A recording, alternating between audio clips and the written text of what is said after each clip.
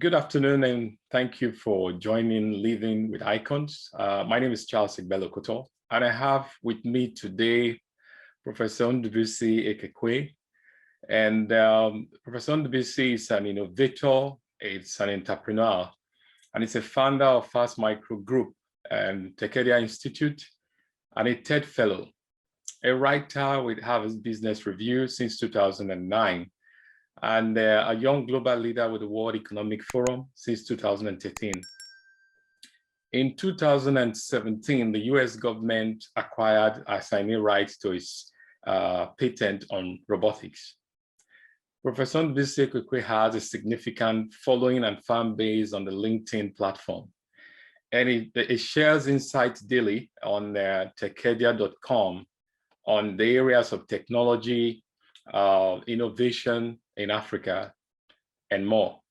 So today we have the pleasure of having Professor Ndubuisi Ekekwe with us. I'd like to welcome you. Thanks for joining us. Okay, thank you very much. Thank you very much, Charles. Yes, thank you.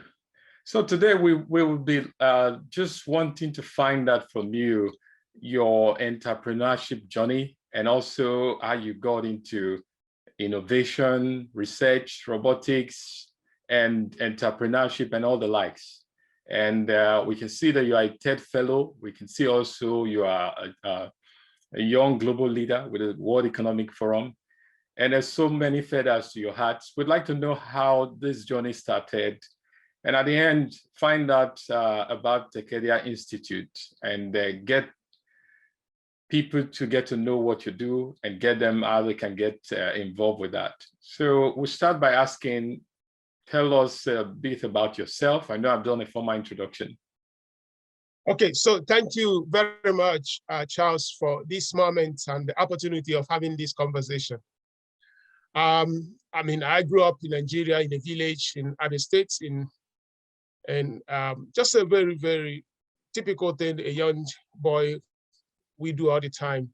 Went to school in primary school in the village, to the secondary school, then I went to Federal University of Technology, where I studied electrical engineering. And from that, I finished, then later made it to the United States, where I earned a PhD in electrical electronics from the Johns Hopkins University. But it's largely the whole nexus of my entrepreneurial pursuit has to do with my own understanding that it's only when you move from invention to innovation that is actually the time you begin to help society. So I do believe vividly that it's not just talking about it, it's actually making it happen. That is how you can fix the frictions which are evident in the lives of customers and the lives of societies and in the lives of nations. So that is the philosophy I have lived with me, that we can actually get things done. And one of the mechanisms you can actually get things done is going into entrepreneurial pursuit. So the spirit of entrepreneurial capitalism, where you see opportunity in the market, you look at like-minded individuals to combine and recombine factors of production, to enable you to now go and fix those frictions. That's actually what drives me. So I have seen opportunities in markets across Africa, and I've also been very, very blessed to have mobilized people, mobilized factors of production for us to go and fix those frictions. And to a large extent, the market has compensated us. So I have been doing that for a very long time. And it's been turning out very, very well. So I think that's just a little overview of what I can tell about myself. Thank you. No, thank you so much for that. That's very insightful. And there's something you said in the course of the introduction that you believe when you move from just conceiving the thoughts to innovation, that is where things begin. Would you want to throw more light on what you mean by that? Yeah, so in societies, we have people that have ideas. But there are things that are evident that you don't have electricity in your house, you expect that somebody can come and give you light. You don't have water, potable water in your house, you expect somebody to come and provide it. And if you go to cross cities in places like Lagos, Nairobi, and across most part of the developing world, people have ideas on how those things could be done. So, but there is a difference between having an idea of how to fix a problem in the market and actually somebody going all the way to actually provide a product, a service that can actually fix that problem. So across human history, if you go through human history, you see the nations or communities that have moved beyond just having ideas to actually getting things done. They are actually the societies of innovators. So these are people that they see these problems. They don't just write about them. They don't just talk about them. They actually go to create products that actually fix those problems. So for instance, we could say that Nigeria is an inventive society because there is no problem somebody has not written about in guidance. There's no problem somebody has not postulated. If you go to Molue parks and beer parlors, people are talking about all the solutions in Nigeria. But wait for next year, nothing has changed because it is an inventive society. It's a society where so many ideas, but you can't find solutions to those ideas. But when you go to a place like London, they talk, but wait for a few months, you begin to see solutions in markets that are actually being developed by people to solve those problems. So the question here, how do you move from being an inventive to actually becoming innovative? And that's where knowledge, capacity to create knowledge, capacity to make people to understand that a translation from invention to innovation requires a superior understanding of market system, requires a superior understanding of technology, requires a combinatorial possibility that you can bring all these things together in order to go and build something that can now solve that problem that you have discovered in markets. So that's what we're trying to do in our program, Nixon Tekedia Minion, because my motivation is to help young people to see beyond that idea to actually getting them to the level where they begin to build products and services in the market. Thank you so much. Thank you so much. I quite like that line, moving from becoming an inventive to becoming an innovator. I know from the start of this conversation that you grew up in Africa, you grew up in Nigeria. And like you said, it's a society of inventives.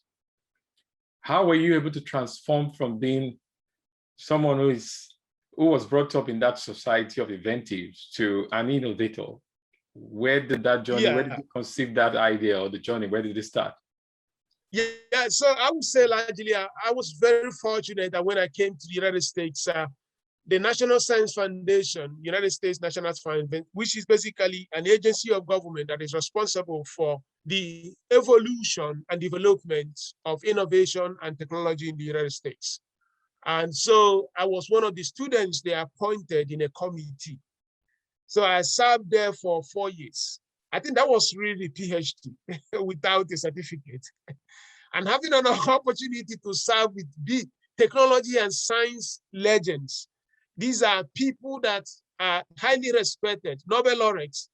So what happened was I saw how America pioneers things and how they also make sure that after the pioneering process, they also figure out how they win in the market. So by the time I went through, I mean, I was supposed to be a committee member, but I was just there learning because they say, okay, the renewable energy is coming and there are a lot of professors and companies writing articles in journals. The next thing is, what do we need to do as a people, as a government, to translate those journal papers, those prototypes into products and services that people could buy? So you now see critical anchors of interventions that will now help to move from phase A to phase B. I recall vividly when they were discussing electric vehicles. And in one of the programs, even they said, how many participants do we have? They mentioned Tesla and mentioned other ones. At the end of the day, I read a piece where they say we are going to find a potential category king, one that has a promise. And we government, we're going to support that particular one. And that's how government gave Tesla money. You know, so I saw how that this translation doesn't just happen by itself.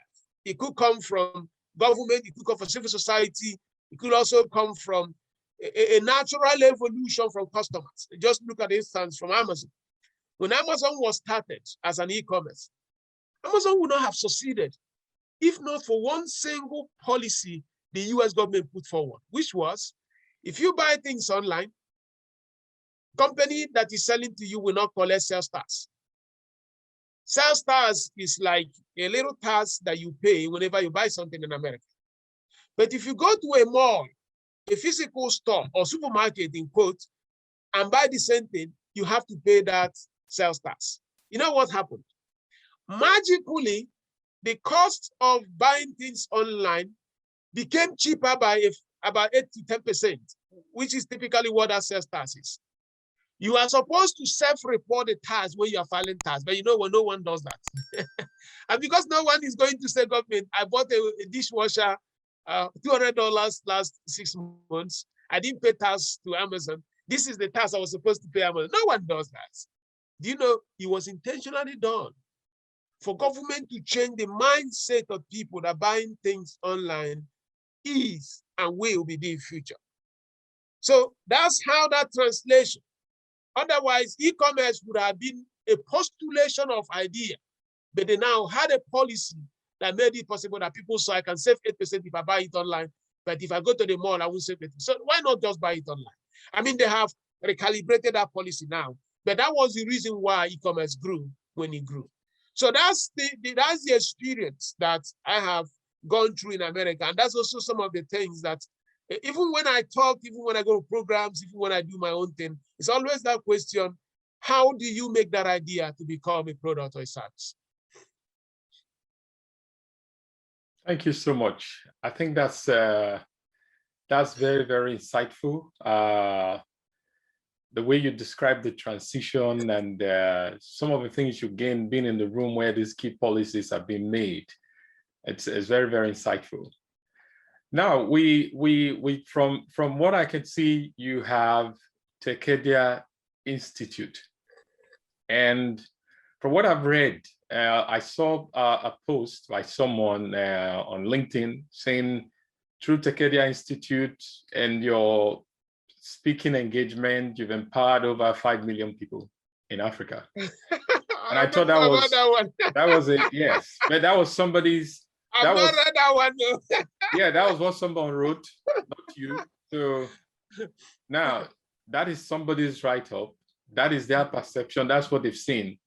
But the point I'm trying to drive at today, looking at the curriculum of Tekedia Institute, I'd like you to tell the listeners and the audience what led you to that. I know you've given some insight to that already based on what you've said. Why did you come up with that idea? What led to that idea? What gave birth to that idea? Yeah, so that's a very, very important point. I mean, whenever I write, people ask questions, and you see CEOs, founders, startups, entrepreneurs, and sole proprietorships and entities that are asking questions, students. So one afternoon, I just said, maybe there could be a possibility I could just set something up to make it possible that if people want to understand in a deeper way some of these names and constructs, they can. But there was never a time, you know, until when I was coming back from Christmas I was in Abuja, Abuja Airport Lounge, and I read something coming from the Johns Hopkins University that there was a possible virus that was coming around. That was around January, very January, I'd say January 4th or 5th. So as an alumni, they were basically telling us that they are dictating something around Asia that there could be. So I told my wife, I say, see, this is what they're saying. So there's a possibility that the world will be shut down for a period of time. And I say, wow, that could be a good time to now do this thing I've been trying to do. So right there in the launch, I went online, set up a website, and just said, if you want to attend to learn about mechanics of business systems, innovation, growth, transformation of business, pay $50,000, $140. By the time we landed in US from Abuja, more than 250 people have paid. And that's how the Tekedia Mini MBA started. And it turned out that it came at a time when the world was shut down. I mean, then the lockdown was now coming later on. So there was no more thing People just have to go and learn. So we were so lucky that we got right at the time when people needed it. But I think the most important thing here is that we have democratized knowledge system, making it possible that someone can attend a program. It runs for about 12 weeks. You have access to the director in Microsoft, a director in MasterCard, the CEO of Flora Wave, which just raised $170 million at a valuation of $1 billion, a fintech company that is a unicorn. You have directors in Federal Internal Revenue in Nigeria. You have KPMG partners in London. You have experts in China and India. So these are faculty members, are thought leaders, and we have brought them together to make it possible that when people come, they get practical knowledge and practical education. So that's what we do there. And we keep improving, bringing case studies to see how we can advance people's understanding on business system and business processes. So, yeah. No, thank you very much. I think that is something that our listeners will learn from. Looking at sensing what is happening around in the atmosphere, what is happening around in society, and creating a solution that matches the challenge that is coming. That's very insightful. So who would you say Tekedia is created for? What category of people would you say are the target audience? Yeah, so Tekedia Mini MBA is created for everyone, actually. Meaning we require a minimum of a secondary school education. And if you go to our website at school.tekedia.com, you see that we have had people from Singapore, a managing director and chief executive from Singapore. You sure this man was the CEO of Olam.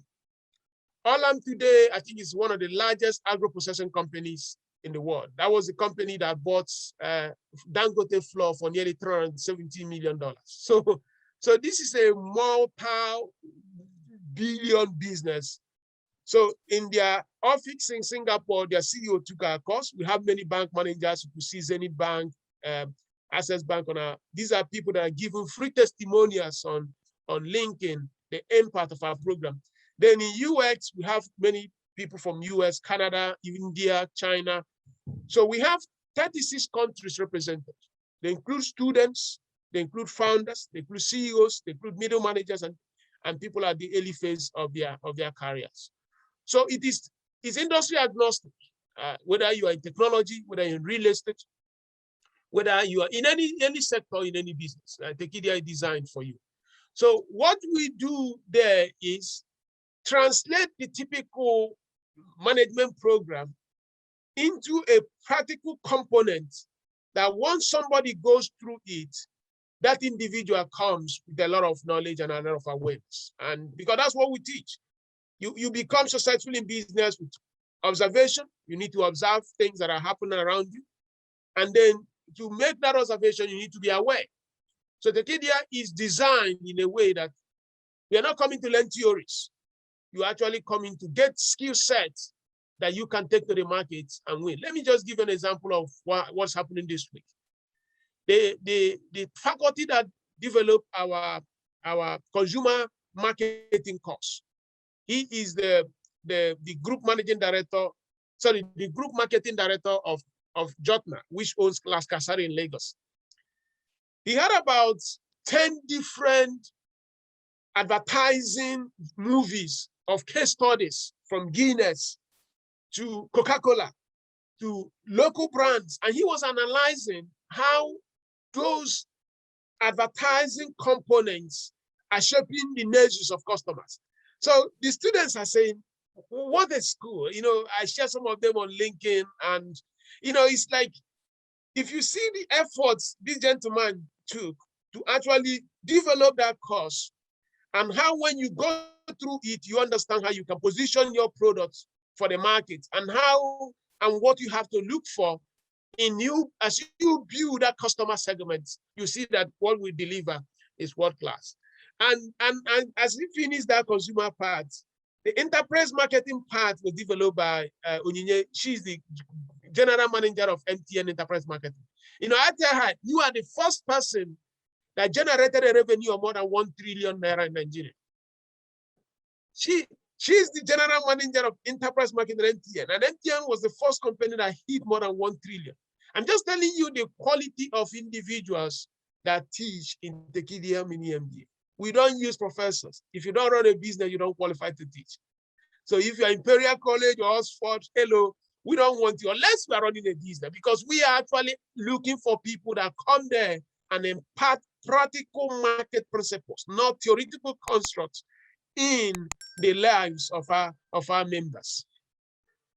Thank you so much. I think that's very, very, very, very thoughtful. I quite like the part of you saying that if you're a professor in the normal university, you're not welcome there, except you are running a business. So from what I can take from that, Tekedia is actually a practical setup where people who have done it, people who have been there, are the caliber of people who are actually in there impacting the knowledge on the students. Absolutely. So it's not a case of, okay, you've had degrees in this, degrees in that, but if you've not actually run a business, you are not welcome there. I think that's very, very, very, very in short, just give an example here. The young man that teaches our blockchain, I think he may be either 22, 23, I don't even know. But he runs BitFST, the first indigenous cryptocurrency exchange in Lagos. So we believe that he's the best, whether he has a master's degree or whether he has no master's. Of course, I know that. I knew he went to UNN and they call him the blockchain oracle because he was in UNN building all these things. So when he came out, he raised money, went to Lekki, started a very big business, employed a lot of people. He does this cryptocurrency exchange. So when we want to teach that course, we went to him. He is more valuable to our members than going to a professor of computer science who has never done blockchain, who has never done crypto. So that's the way we think. But that the fact that he's very, very young is irrelevant. That the fact that he doesn't have a master's degree level. But if he speaks, you know that a top leader in the business is talking. And he comes with somebody who has a responsibility of moving millions of dollars every month through cryptocurrency exchange in his system. He knows what the industry is doing. He is part of the industry. You know what happened when the Nigerian government suspended the exchange? They just relocated him in Dubai. He just moved the business from Lagos. So they are now, Nigeria banned cryptocurrency interface in the banking sector. So he's now in Dubai. So, and the business has been moved to Dubai. I'm just telling you that is the way we select our faculty. And that's why it's so enriching to our members, because there's no boring moment of theory. Absolutely fantastic. That's a good one. So from what you've said, I've gotten quite, an idea of what to expect when someone joins the Tekedia mini MBA. I'd like to ask you, so briefly, what are the various modules in the course of, you said the program runs for 12 weeks. What are the various modules that are covered there in the mini MBA? So we have dozens spread over 12 weeks. We have innovation, we have strategy, then we have accounting, we have typical things you see in business system, design thinking. We now also look at sectors like fintech, sectoral examination like fintech. You have accounting, you have internal control, you have business law, corporate finance. Then you also have fundraising, investing, like the gentleman that teaches our fundraising and investing. He's the deputy managing director of AfriVest. AfriVest is one of the largest investment funds in West Africa. Then you have the managing director of Trust Bank Capital, one of the big capital market operators also in Africa. So practical, largely everything you can see in a typical business school. We also have capital markets, where we look at a capital market in London, capital market in New York, and capital market in Lagos. So all these things are covered. Thank you so much. So thanks for explaining that to our viewers. You mentioned that the program runs for 12 weeks. What time of the year does the program start, and what are your typical term in a year? How many times in a year do you run the program? Yeah, so we are currently in an edition. That edition will end May 3rd. The next one begins June 7th, and it will run to September 1st. Then later on that September, another one will begin to end the first week of December. So we run 3 editions per year. At the moment, we have started registration for the second edition for the year, which is the one that is starting in June 7 to end in September 1. That's the one that is we are doing registration now. The current one is already late for anyone to join it. So typically, we have members, Canada, United Kingdom, so many, and all over the world. They register, and we also make sure that time frame works for them, because Tekedia has 3 live sections every week.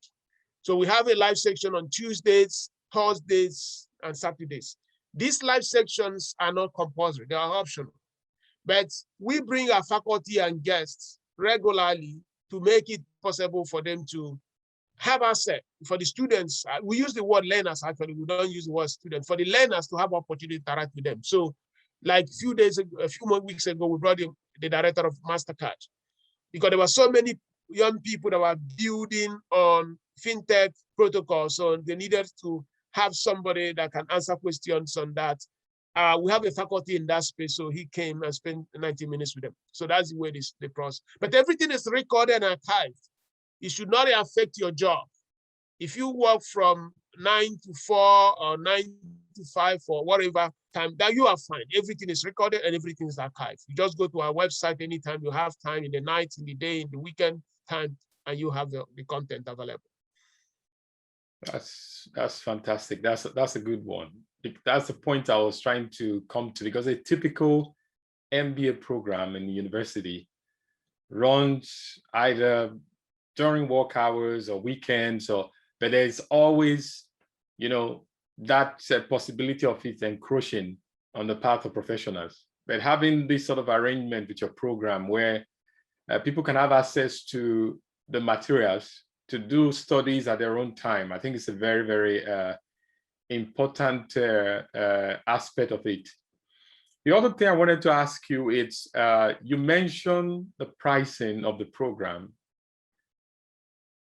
$140. If I look at a typical university MBA, although some of them run for 12 months, 18 months, even if I split the term of the typical MBA, yours is still, with all the practicalities of your program, with all the benefits, with the caliber of people that are involved, why $140?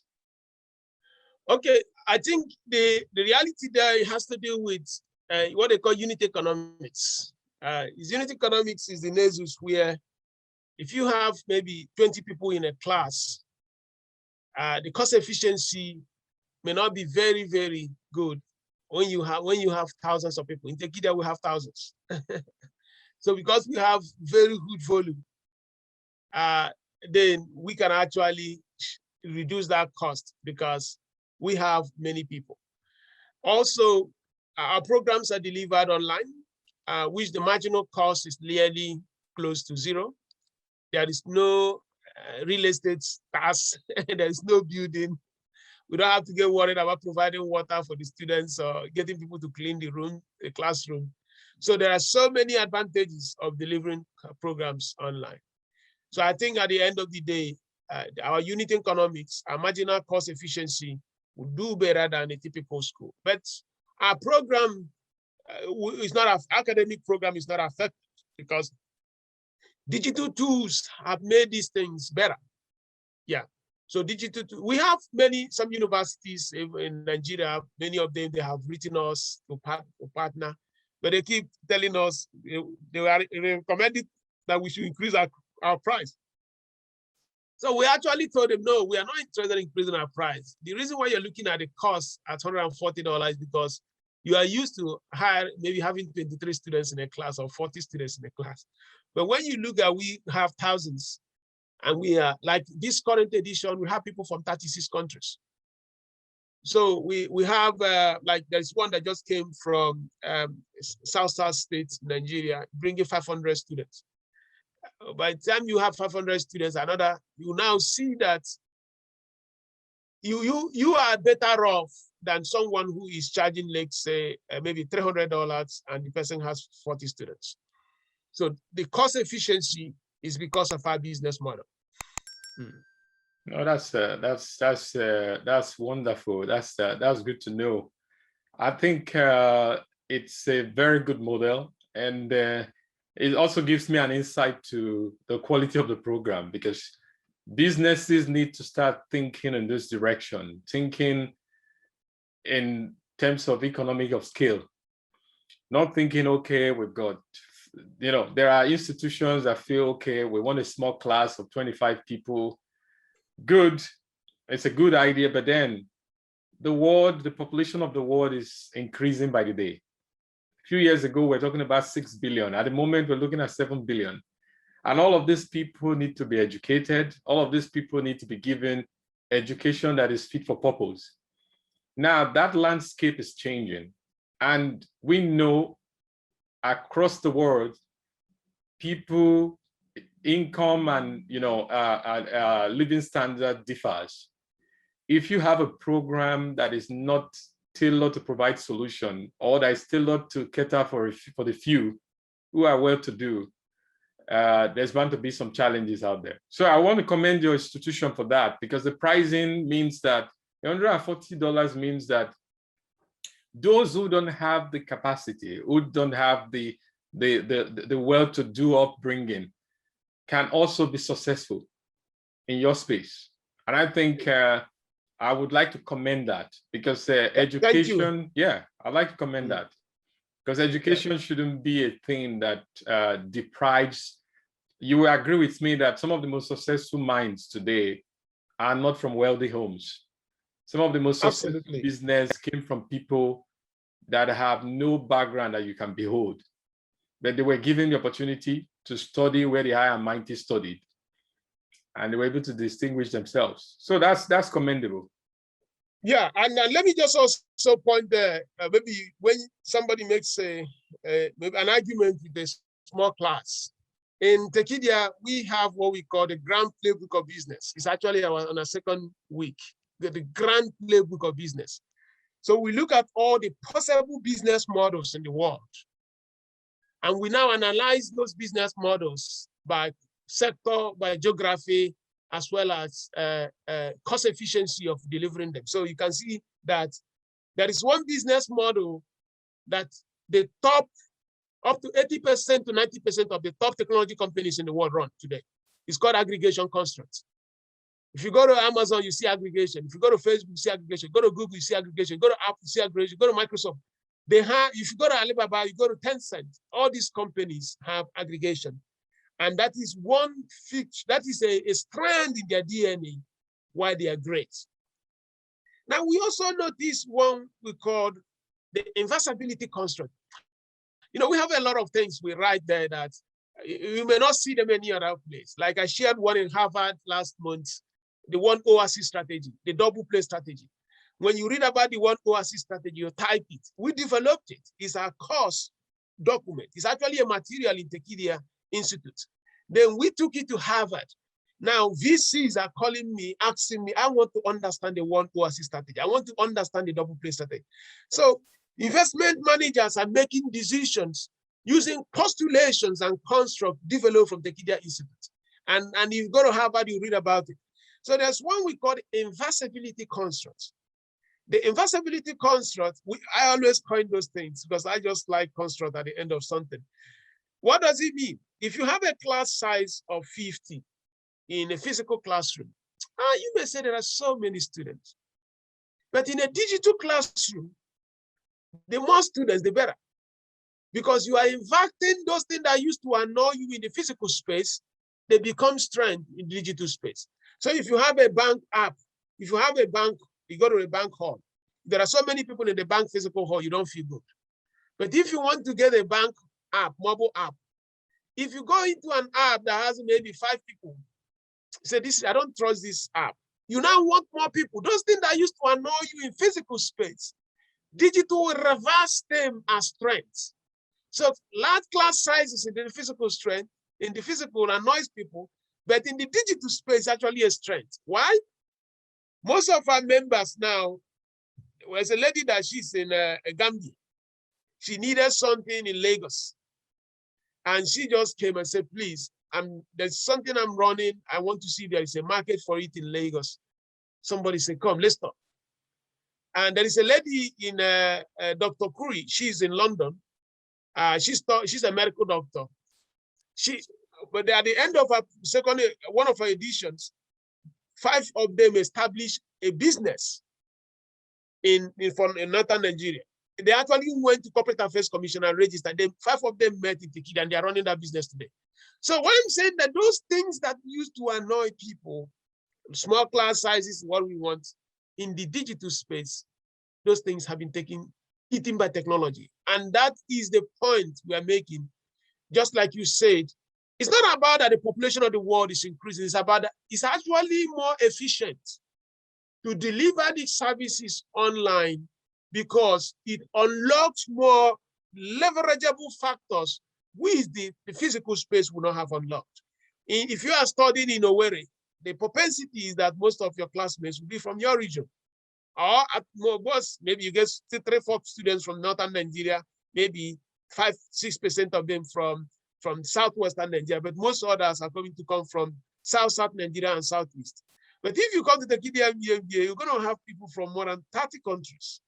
That offers opportunity for collaboration. That gives you the capacity for people in other countries to know about your product or services if you want to share in that system. Thank you.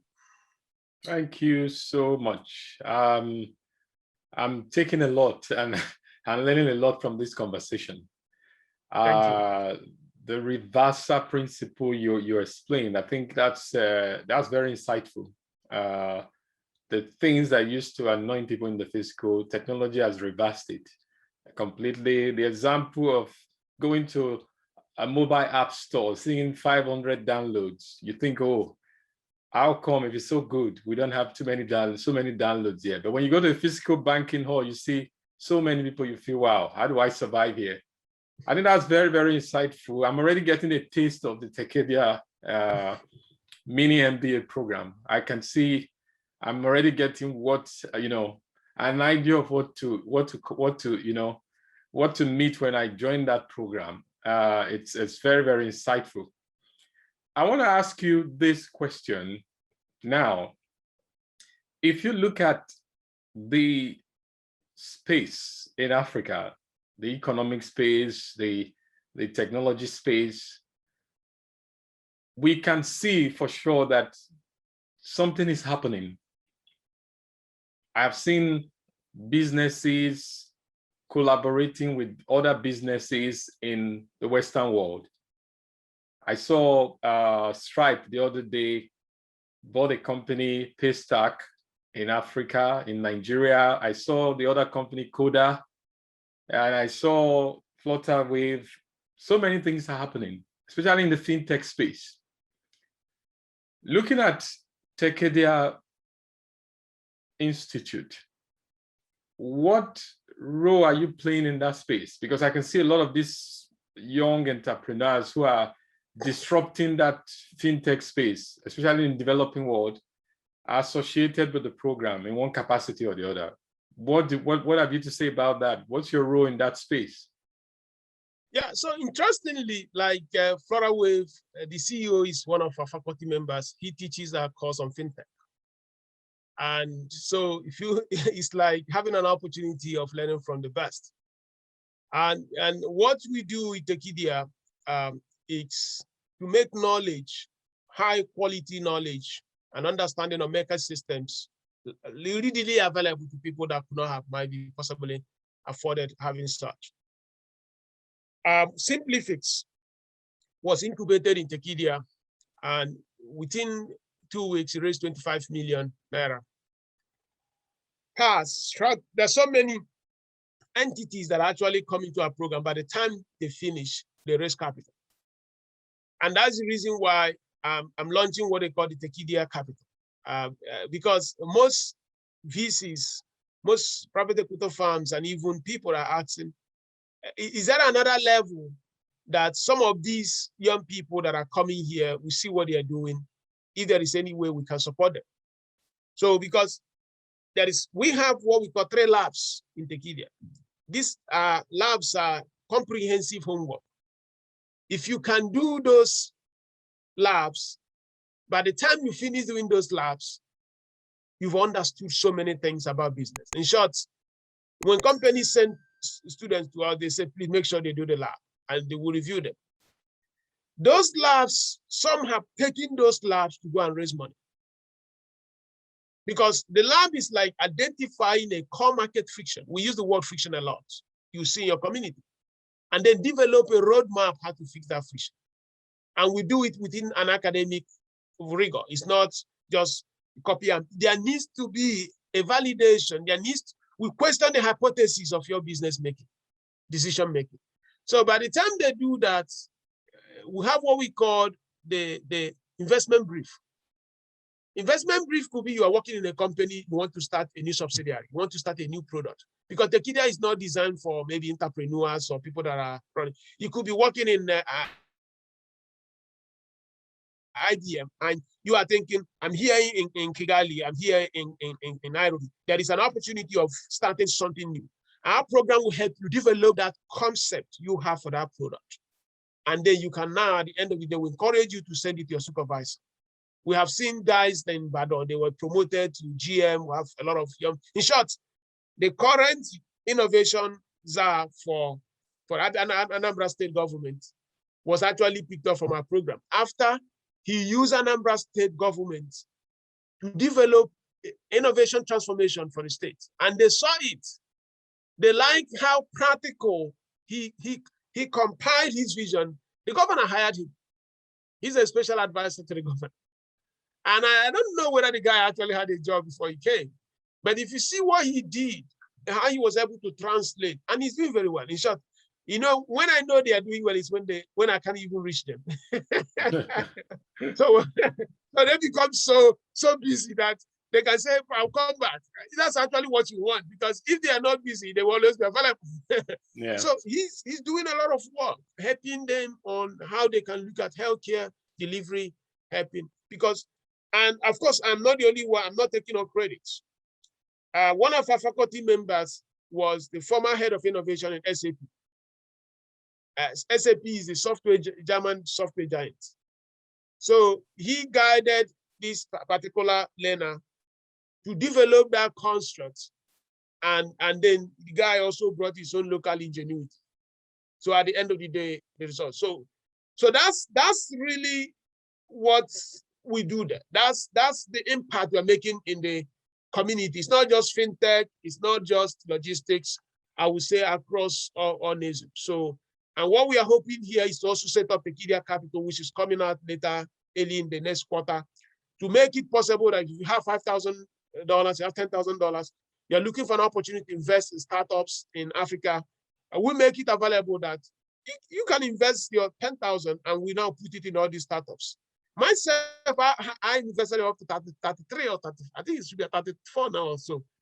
Some of them are listed on my LinkedIn profile. So he said he needs $30,000, you write the check for him, so 40,000. There was one I invested last year during the pandemic. You know, I gave him the first money he needed to actually register the company. So when I was transferring that money, I transferred to his personal bank account. Yesterday, he told me that they have moved to the point of getting a digital bank license in Lagos. And the value they have created have returned multiples in just less than a year. So, I mean, this is the time. When I say this is the time, it's called a Cambrian moment in how technology systems will change market sectors. And anyone, but you need to give them knowledge. to understand how the frustrations they see in communities could become opportunities for them. That's what we're doing in Tekedia Mini MD, and that's what we're so excited. Because when they come here, there is a medical doctor in University of Ibadan Teaching Hospital. She gave a testimonial on video testimony and said, you know what, when I came here and went back to UITH, I was speaking the language of business. And the chief medical director said, madam, is we always talking about these business jargons. Well, where did you learn it? Say, we went to Tekedia. You know, now she is the head of vendor management and contracting in the hospital. Because when companies like Unilever or MTN or Glow, when they come, she understands them as a medical doctor because she went through a program. And now we have many medical doctors. Lilly Hospitals in Gwari sent 47 medical doctors to us. With all due respect, we have trained more companies than any university or any training institution in Africa in the last 12 months. And we will graduate more learners than any university or any institution within the next 12 months in Africa. Lilly Hospitals, you know what it means for medical doctors to have time? But they came and we work with them, training. I mean, we don't use the word, we say we co-learn. Actually, what the word we use is co-learn. Are you going to train a doctor? You can't train a doctor. What you co-learn with a doctor. You are just trying to say, hey, doctor, at the end of the day, you have to save life. You have to make life better. But at the end of the day, for you to keep doing that, you need to look at the balance sheet. So that you're looking at the balance sheet doesn't mean that you are now comparing human life with money. It could be how you deploy your resources. It could be how you run your operations. So giving them that understanding, you know, the hospital is buying other hospitals. And we are so honored to be working with Lilly Hospitals. Thank you. Thank you so much. I think this is more like me going through my mini MBA training already. This is I think this needs to go out there to as many people who are looking for a practical approach to learning, a practical setup. I'm very pleased to have come across this program. Hopefully we're able to pass this message across to as many as possible in the next couple of weeks. Looking at Tekedia, what would you say? I know you spoke about Tekedia Capital. What does the future hold for Tekedia beyond Tekedia Capital? Are you looking at, I know you are operating at the moment, the digital model. Is there going to be a point where you say, okay, this is the headquarters of Tekedia, a mighty edifice, like you see you have a lot of tech companies in Seattle, in the US, in Massachusetts and different places. Are we seeing that in the future? What's the future? What does future hold for Tekedia? Yeah, so what we are trying to do here and in the short term is to make sure that we understand what our community, the community being the learners as well as partners, how we can serve them very well. Like yesterday, we signed a partnership with a career company. It's a consulting company that does on career. So what they are doing now, what they'll be doing will be to help some of people that want to develop more capacity and capabilities, and also people that are looking for new opportunities. Through that Tekedia Institute partnership, they can serve that to people in Africa. And also for our learners, we want to figure out the best possible way of co-learning with them. The prospect of having a physical campus, we've had so many people asking if that they already have a campus there, but they don't have students if who can come and to take them.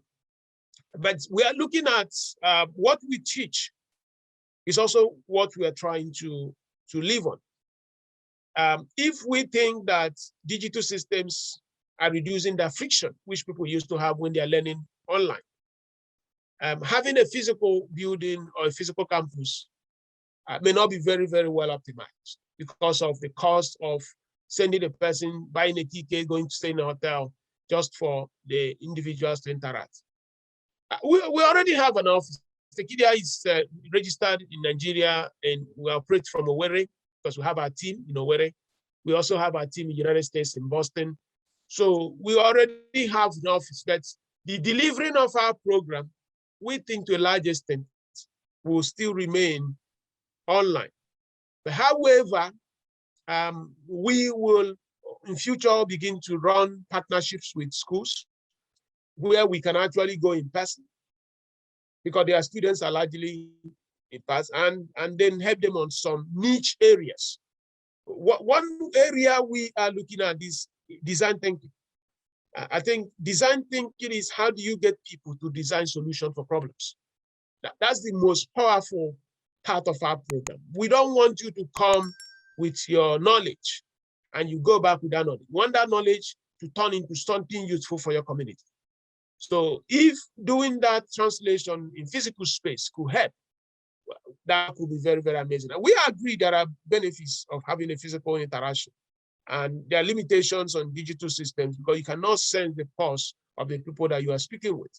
You know, so we are exploring that, but we want to make sure that we do it in a way that we can deliver the best possible value to the community and to the constituency. Thank you so much. I think that's very insightful. I appreciate that insight. So we've spoken about Tekedia. You've given a detailed overview of what Tekedia Institute is, the Tekedia Mini MBA, the philosophy behind the idea behind it, the goal, the mission, and the future, and even things in the pipeline. Very insightful. I want to talk about yourself now, the man behind it. The man behind it. I want to, you see, one of the reasons when I came across your profile for the first time and did my own search on what you're involved in, I was asking myself, when do you have time to put all this together? So for someone like myself, who's a businessman, and many business persons out there, what advice will you give? I started by saying to you that I'm into a couple of businesses because I'm trying to strike that, find that spot of equilibrium where I say, okay, this one has gained a lot of traction. I want to just run with this and put this other one in this direction. What would you say to the business people out there in terms of impacting on many fronts, creating impacts on many fronts? Yeah, I think what I would say to members of our community is this is a principle I developed. I call it the One Oasis strategy. The One Oasis strategy is a nexus that, let's say for instance, you go to a desert, and in the desert, you have the oasis. The oasis is usually the place where every inhabitant of that desert draws life. That's where you have the plants. We go, most likely will be very close to the oasis. The animals, we go to the oasis to drink water. The merchants, caravans, as they move through the desert, they always have a stop at the oasis. The oasis is where lives comes from within that desert. So if you look at our career, and then we can see that there is that oasis, something that unifies every other thing we do. So once you have identified that, there's another thing we call the double play strategy, where, okay, let's say for instance, Amazon has the e-commerce business, but Amazon now uses that e-commerce to values are now captured through other things. So somebody can be doing one thing, focusing on making sure that that thing is very, very good, but then value can easily be captured in other areas of his career, area of his life. So what I try to do here is, what is it that I have to do very well? And even that thing I do very well, that my one oasis, I can now capture value from other angles. So making it so simple with an example, let's assume that, like I spend the Amazon, the e-commerce business is not profitable. It's not a very profitable business for Amazon. But as Amazon continues to win territories Malls are closing, supermarkets are closing, supermarket in quotes, because they call it mall here. Most of the consultants tell those supermarkets, go back to e-commerce, or go and open the e-commerce store, go and open the digital store because there's no future for physical stores. The one company most of them go to is Amazon. But that was Amazon that was costing most of them to lose their malls and collapse. But they now want to go online, they go to Amazon Web Services. So the Amazon Web Services is helping Amazon to capture value because the gross margin of Amazon e-commerce is less than 3%. So it doesn't really make money, but it's winning the territories, pushing the physical stores to collapse. And then when they now come to go online, Amazon has a gross margin of nearly 50% on the AWS. So what I do is, what is it I have to do very well? If you do that thing very, very well, you can capture value in other things. And capturing that value becomes exceedingly so simple. You can sleep 8, 9 hours, doesn't really matter. The most important thing is that you build to deepen that value, and then you can now extract it from so many angles. It's like when we work on startups, to a large extent, you could just talk to a founder and say, guy, you're not going to be successful on this because we look at India, we look at China, we look at the developing world. No one has solved this problem this way. So blindly, there's no need of doing this. But we could look at it this way. So it's like somebody trying to clone Amazon. I say you're trying to clone Amazon, but Amazon doesn't make money through e-commerce. Do you have the other ways that Amazon captures value, like the subscription, Prime, like the Amazon Web Services? If you do not have those, and you are focusing on the Amazon e-commerce, you're going to be bankrupt. You just run out of money one day. You want to clone Alibaba. Alibaba doesn't make money, a lot of money through Alibaba.com. Alibaba captures a lot of the value through other things Alibaba does, like Alipay, because every transaction that is processed on Alibaba has to go through Alipay. So even if the Alibaba price is so low, Alipay is own, it says for affiliate, where they capture a lot of value. So when I just speak with that founder, it could be maybe 1 hour. If you see the insights, how he will go back to develop the playbook. So it makes it easy that you don't need to even do much operationally if you can help people develop a purpose strategically. So I like to stay on that strategic angle to a large extent. Then in some cases, I come to tactical, and then I rarely go to operational. So by the time you focus on that strategic one, that's why you see my picture with Bill Gates, Richard Branson. You see my picture with him. Sometimes they pay with small people to come and talk to them.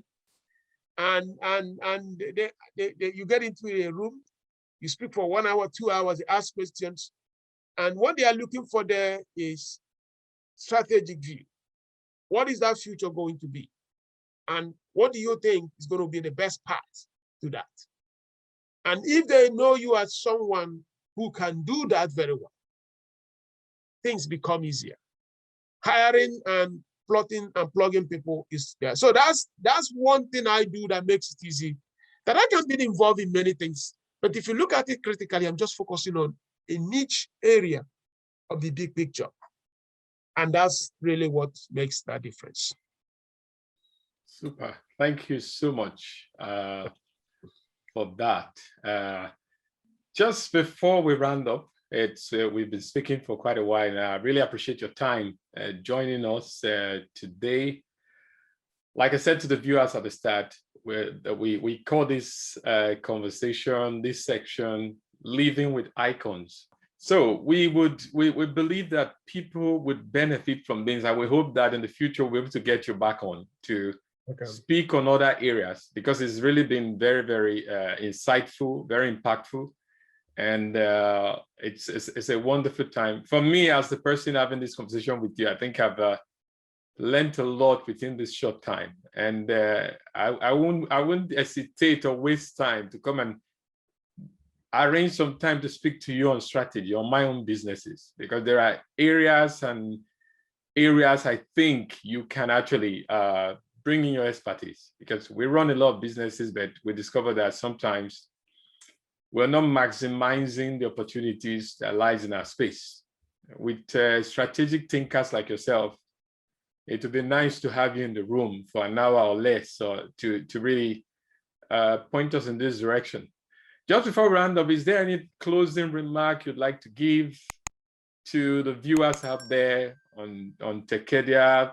I know we didn't talk about your involvement with TED Talk and World Economic Forum as a young global leader and all of that. Is there anything you'd like to, a final remark? Yeah, so I will say thank you so much, ladies and gentlemen, for spending this time listening up to this point. What I will say here that we welcome you to come to Tekedia Institute, where we discuss the mechanics of market systems and how businesses and individuals can combine and recombine factors of production in order to fix frictions which exist in the marketplace. Today, across continental Africa, with all humility, we are a respected brand in the way that we have made it possible for people to understand the mission of farms. The mission of farms is simply, what is that opportunity in the market? How can I build products and services?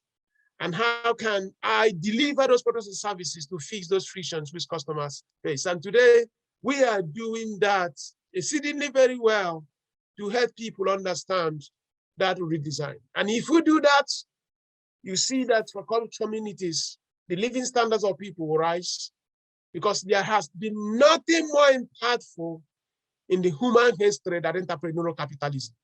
Because when you build those products and services, you fix problems. And when those problems are fixed, human systems begin to do well.